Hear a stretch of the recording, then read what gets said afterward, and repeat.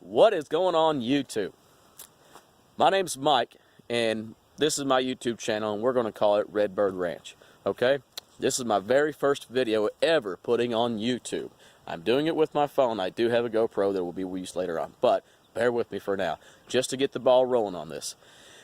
My channel is pretty much consistent of my farm that you see, and the steps that me, my wife, and 3 kids have gone through to build our house on our farm. About 1.5 years ago, we sold our 2,400 square foot house that we were spending $1,500 a month on. I'm the only one that works. My wife is a stay-at-home mom, fortunately. Yes, she could have went to work, but I like having her home. That way that she could spend time with the kids whenever she wants to. The kids have a mom. Some people aren't lucky enough to have that. We have always budgeted it to where she could stay at home. If she wants to go to work, she can. If she doesn't, so be it. But we moved into a big fancy house. I got a promotion at work. We moved into a big fancy house, and I just simply got tired of spending $1,500 a month on this house. It was, and some of you are like, well, that's not that much. You could have made that work just fine. Well, I didn't want to, just put it that way. So we decided, let's sell the house. We made $30,000 off the profit of the house. So we went and we got a camper. Now, when I say a camper, big enough for our family to stay in, mind you, it's me, my wife, 3 kids, and my German Shepherd in a camper. Now, that lasted for about 5 months. But anyway, we took the $30,000 profit. We decided that we were going to go find us some land. We were wanting to spend $30,000 on land. That didn't work out. We ended up finding 20 acres for a very, very good price. We put $20,000 down. Let's just say we only owe $50,000 on the land. So we have good equity in this land already just by purchasing it. So, with that being said, we decided we were going to go ahead and just build a 30 by 40 pole barn, put our camper inside the pole barn until we got the land paid off to where we could pull the camper out and turn that pole barn into our house. It didn't work that easy. Guys, this is not a simple process. This is not something you can just jump right into and think that everything's going to go perfect, because it's not. Anybody that's ever built a house knows this ain't going to happen easily. So, our problems lied in the fact that the 20 acres we bought used to be a bigger farm. Attached to that 20 acres, there's a 2-acre piece of property with a house on it. The property that we have already has water ran to it, did have electric ran to it, and it has a septic in it. But the septic we can't use because the septic is way up on that hill.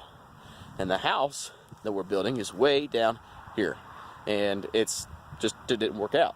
But the water, we ran the water, we were able to run the water all the way around. The problem we had was electric. For us to have electric, bare minimum, almost free, we could have came from that house right there, that pole, and it would have been almost free. But the people that lived in that house didn't like the fact that we had an easement that cut right through their property. Understandably, they didn't want to work with me. They said, either get rid of the easement and we'll give you the electric. That was it. So, we found out that it was going to end up costing us about $2,500 just to run the electric, to get electric on the farm. We didn't want to do that. So, we decided to put the farm on hold. We were going stir crazy in this camper, understandably, so we decided, you know what, it's time to put the farm on hold. We found a small house in town, just a tiny house that we could move on to. It's on 1/4 of an acre. It was relatively inexpensive for what we bought. So we did that. So now we had the land payment and we had a house payment. So with that being said, we finally, because those people actually up and moved and let their house go into foreclosure, which that house is now in foreclosure, I believe. Either that or someone bought it to rent it out. Either way, we were able to get the electric that we weren't able to get 1 year ago. It's God's divine plan. I don't know the reason for it, but here it is. Whatever, you know, the whole thing of not killing you makes you stronger thing. This definitely has put a beating on us, but we now have electric. Now you can see, this is my barn, by the way. We now have electric on the property. We now have our own transformer pole and everything.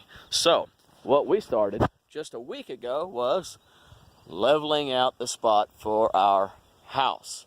We are no longer going to build a 30 by 40 pole barn like we wanted to, because the codes in this county decided to change about 2 or 3 years ago, and so we can't just easily go build us a pole barn and move our camper into it. So we decided, you know what, let's just go ahead and build a stick frame house, slab, stick frame it, and that be that. We decided to build the cheapest house that we could build and get the least amount of loan that we could. So yes, we do have a loan, we do have a builder's loan, but like I said, we owed $50,000 on the property that appraised for $85,000. So we already have good equity in our land. So we took that good equity to the bank and we said, here's our land. We want a $100,000 loan to build our house. So what we did is they paid off our land loan. They took the land loan of $50,000 that we owed, and we added it to our builder's loan for $100,000. Now you say, how in the world are you going to build a $100,000 house? It can be done if you're budget savvy. If you're budget savvy. We found a good friend of mine who's actually a contractor who's helping us out. Yes, he's helping me out with building the house to code. I don't want to get in here and start building a house and them say, that's not the code, rip it out, do it again. I'm not doing that. So he is drying it in all the way to the plumbing stubbed up and the electric with an outlet there. All the rest is going to be on me to do. So with that being said, I went ahead and I was told it was overkill, but I don't think it is.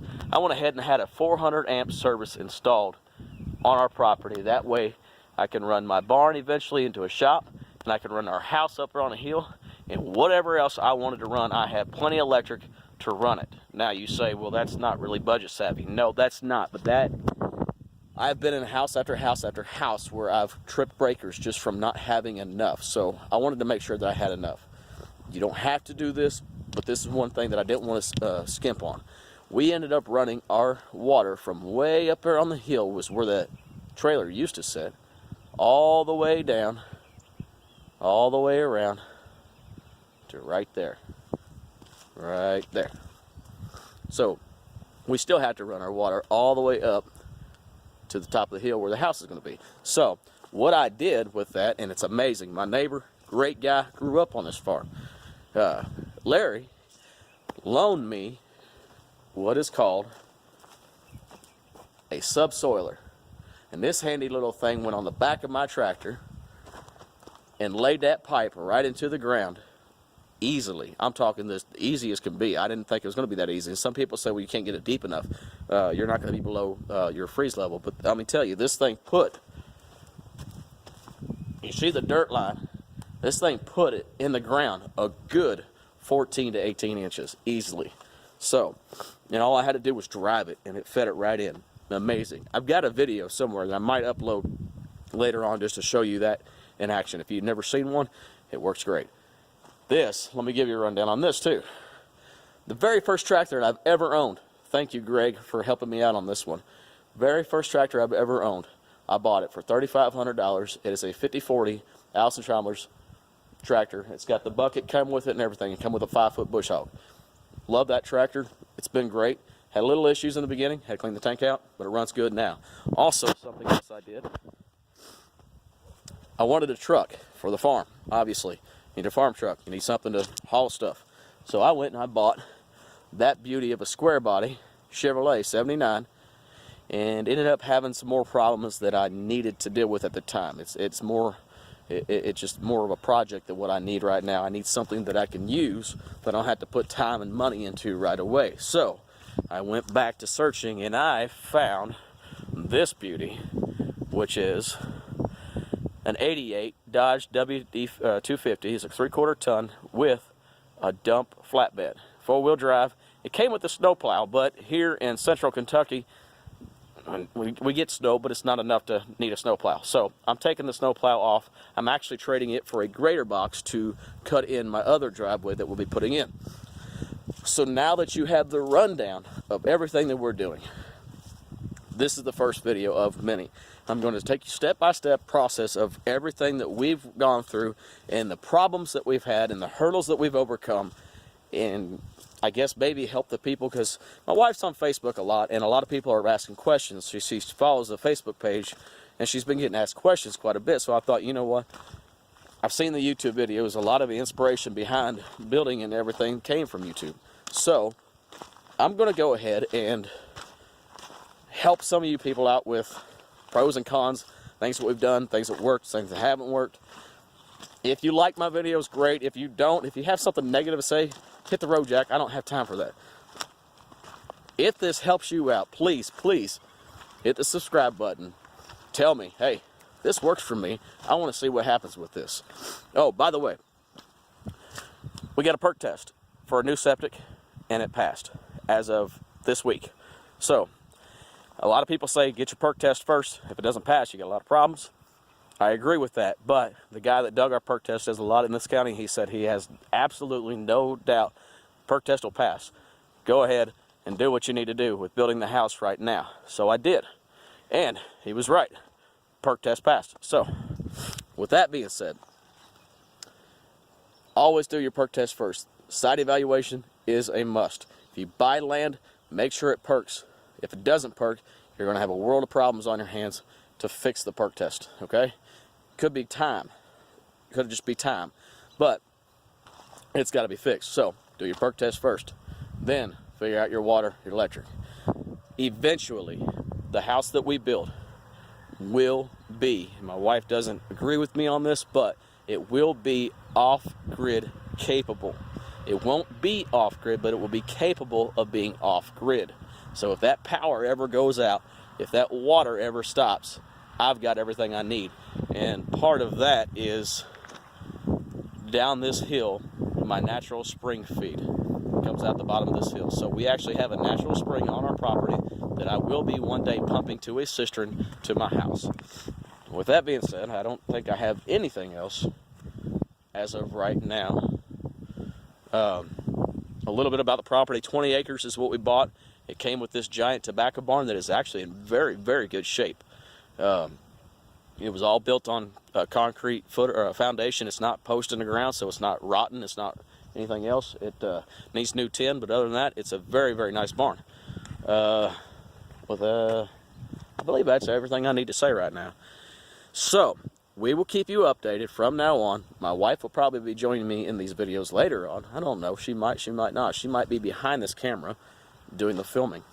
My boy loves to do these little videos too, so he might be doing a few of them myself. So, eventually, we're going to take you from the very start of putting gravel in our driveway to leveling the foundation, so to everything from the very start to the very turnkey finish, and possibly even more.